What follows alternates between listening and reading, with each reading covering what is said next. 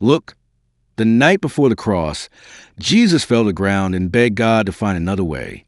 3 times, alone, with drops of blood pouring from his skin. And the men he trusted most to stand with him were asleep. What was happening in that garden, really happening, goes so far beyond what most of us have been taught. And by the time this story is done, you will never read the words, "Thy will be done the same way again." It was the night of the Passover. The supper was over. The table had been cleared, and the disciples were full of bread, full of wine, full of the kind of confidence that only people who have never truly been tested carry. They had just sworn their loyalty to Jesus. Peter, bold, certain, unbreakable Peter, had said, "Even if all the others fall away, I will not." And Jesus had looked at him and said nothing yet. As they walked out of the city and toward the garden, Jesus had been speaking to them, teaching, comforting, preparing them for what was coming. But as they drew closer to the Garden of Gethsemane, something shifted. The word stopped. A strange and heavy silence fell over him. The disciples noticed. They had followed this man for years. They had seen him calm storms and raise the dead, but they had never seen him like this. The Garden of Gethsemane sat on the slope of the Mount of Olives, just outside Jerusalem. Jesus went there often. It was a place of prayer, a place he knew well. But tonight, it would become something else entirely. Tonight, it would become the place where the weight of the entire world was placed on one set of shoulders, and where those shoulders nearly buckled beneath it. The Bible tells us that Jesus left 8 of his disciples near the gate. He took only Peter, James, and John, his 3 closest companions. Deeper into the garden, these were the men who had been with him on the Mount of Transfiguration, the men who had seen his glory. And he said to them something that should stop us cold. "My soul is exceeding sorrowful, even unto death." Matthew 26, verse 38. He was telling them that what he was about to face could kill him before the cross even came. But here is where the story takes a turn no one expects. He asked them to watch with him. Just watch. Just stay awake. That was the only thing he needed from them in that moment. Not a sword, not a speech, not a plan, just their presence. And then he walked a little further, just a stone's throw away, and fell face down onto the ground. The Son of God, face down, on the cold ground of a garden. Alone, all his life, Jesus had lived in the presence of his Father. The Spirit of God had been his constant guide, his breath, his foundation. He had never known a moment without that presence, not one. But now, as the sins of the world were beginning to be laid upon him, something began to happen that had never happened before. The presence of God, that warmth, that light, that closeness, was withdrawing, and he could feel it. Have you ever felt spiritually abandoned? Like you were reaching for God and finding only silence? That feeling, whatever you have experienced in your darkest night, was a shadow of what Jesus felt in Gethsemane, because he was not just feeling distance.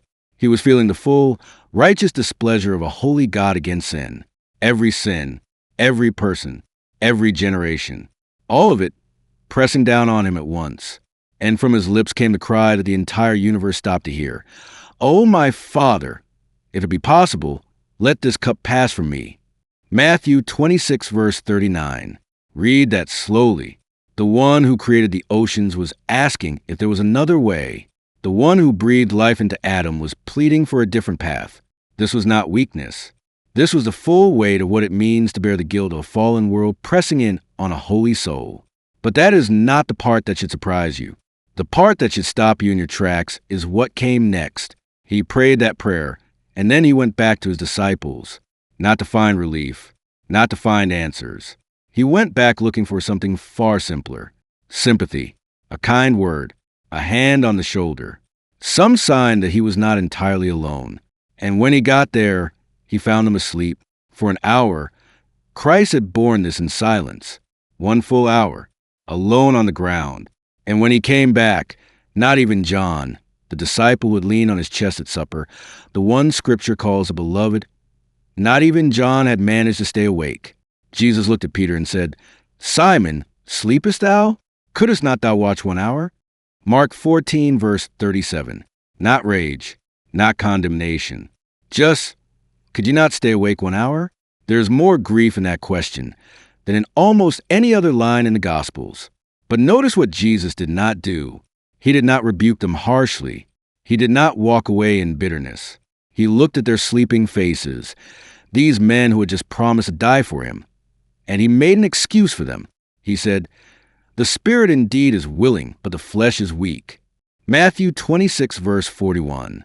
In the middle of his own agony, he was still thinking about them, still covering them, still gentle.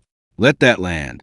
He went back to pray a second time, and this time the prayer was slightly different. "O my Father, if this cup may not pass away from me, except I drink it, thy will be done." Matthew 26, verse 42. Do you hear the shift? The first prayer asked if it could pass.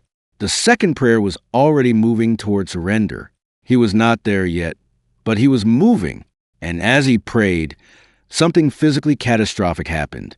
The agony of that prayer forced actual drops of blood from his pores, a medical condition known today as hematidrosis, where extreme stress causes the capillaries in sweat glands to rupture. This was not metaphor. This was his body beginning to break under a weight no human being had ever carried. He came back again, and again they were asleep. 3 times he bore the weight alone. 3 times he returned to find silence where fellowship should have been. And here is where God does something most people miss entirely. Because on the third return, something happened that is easy to overlook. A mighty angel came, not an army of angels, not thunder from heaven. One angel who came quietly and lifted the head of the Son of God from the cold ground and held him and pointed toward heaven and told him something about what his sacrifice would accomplish. Medial, freed, restored, victorious in his name, and a heavenly peace settled over the blood-stained face of Jesus. He had made his decision, not because the suffering was over, but because he had looked at what the suffering would produce, and he chose us anyway. Before we go any further, I want to say something to whoever is watching this right now. These videos are made possible because people choose to partner with this channel. Not because they have to, but because they believe this content matters. If these biblical documentaries have become part of your walk with God, please consider becoming a member. You help keep this free for someone tonight who is searching, who cannot afford anything, and who desperately needs to hear that they are not forgotten. I do not take that lightly. Thank you to every single person already partnering with us. You are in every video. When Jesus returned to the disciples a third time, he did not wake them with urgency or despair. He said, with a calm that could only come from a soul that had just fully surrendered, "Sleep on now and take your rest." Matthew 26, verse 45. It was done. The war inside the garden was over. He had won the battle in prayer before the battle in the world ever began. And that matters more than most people realize. Because what happened at the cross the next day was not a defeat that God scrambled to redeem. It was the outworking of a decision already made. Face down, in the dark, alone, the night before, the cross was the consequence. Gethsemane was the choice, and the choice was made in prayer. Then came the sound of footsteps, torchlight through the trees, the clanking of armor, and the murmur of a crowd. And at the front of that crowd, a familiar face, one of the 12, Judas. And Jesus looked at them all and said, "Rise, let's be going. Behold, he is at hand that doth betray me." Matthew 26, verse 46. Not run, not fight. Rise, let us go. He walked toward them. This is the part of the story that the disciples did not understand yet. The man they had watched weeping and bleeding on the ground just an hour ago was now walking calmly, even deliberately, into his own arrest, because he was no longer asking to be spared. He had prayed through to the other side of fear. And what came out the other side was not bravado. It was surrender that looked like strength, because it was the disciples who had promised to die with him scattered. Every one of them. The men who had been asleep when they should have been praying were now running when they should have been standing. Their failure in the garden had cost them the strength they needed in the hour of trial. Jesus had warned them, "Watch and pray, that ye enter not into temptation." They had not watched, they had not prayed, and now the test had come, and they were not ready. But Jesus was ready, because he had watched, he had prayed, he had fought the most brutal spiritual battle in human history on his knees, in the dark, alone, and it emerged from it not bitter, not broken, but surrendered. Surrendered in the deepest and most powerful sense of that word. Not surrendered to the enemy. Surrendered to the Father. And that is a very different thing. And here is what I want you to sit with. When the angel came and held him, there is a detail recorded in the spirit of prophecy that should undo us. There is silence in heaven. No harp is touched. All of heaven watched in silence as the Father withdrew his presence from his Son. Even the angels could not play. There are no words for what that cost. There are no hymns for that moment. Only silence. And from that silence, everything we have, we talk a lot about the cross. We wear it around our necks. We paint on our walls. We sing about the blood. And we should. But Gethsemane is where the cross was decided. The cross was not done to Jesus. It was chosen by him. And it was chosen in prayer. That changes everything about how we understand prayer. Because if the Son of God needed to fight through agony on his knees before he could walk toward his calling, what does that say about us? How many of us have mistaken spiritual dryness for divine abandonment? How many of us have stopped praying the moment it stopped feeling good? Jesus prayed harder when it hurt more. He prayed until blood came. He prayed alone. He prayed past the silence and past the absence and past the fear. And he kept praying until something broke open, not the circumstances. His will, not as I will, but as thou wilt. That is not a passive prayer. That is the most courageous sentence ever uttered. And what about the disciples? Before you judge them for sleeping, ask yourself honestly, when was the last time you stayed awake for someone who needed you? When was the last time you prayed with someone in their darkest hour instead of offering advice or comfort or distraction? The disciples had no lack of love for Jesus. John loved him deeply. Peter would have taken a sword to a crowd for him, but they did not pray. And love without prayer in the hour of trial is not enough. There is a mercy in how Jesus treated them, though. He did not condemn Peter for sleeping when he was about to be betrayed by him. He did not disqualify John for his failure in the garden. He made an excuse for their weakness, and then he kept walking toward the cross anyway for them. The same disciples who failed him in the garden would later be transformed by the fire of Pentecost into men who turned the world upside down. Gethsemane did not disqualify them. It just revealed how much they still needed what the cross and the resurrection were about to provide. And that is the mirror the story holds up. We are the disciples. Most of us are asleep when we should be praying. Most of us are confident in our own spiritual strength right up until the moment the real test comes. And when it does, we find out that willpower is not enough. The flesh is weak. It always has been, which is exactly why he told us to pray. Not so God would feel honored by our spiritual discipline, but so we would be strengthened for what is coming. Prayer is not a ritual. It is preparation. The story of Gethsemane is not just about one night 2,000 years ago. It is about the nature of surrender and how surrender, when it is fully given to the right person, becomes the most powerful force in the universe. Jesus did not go to the cross as a victim. He went as a conqueror who had already won in the place where it counts most. In the will, thy will be done was not resignation. It was the declaration of a man who had looked at the cost of love and said, it is worth it.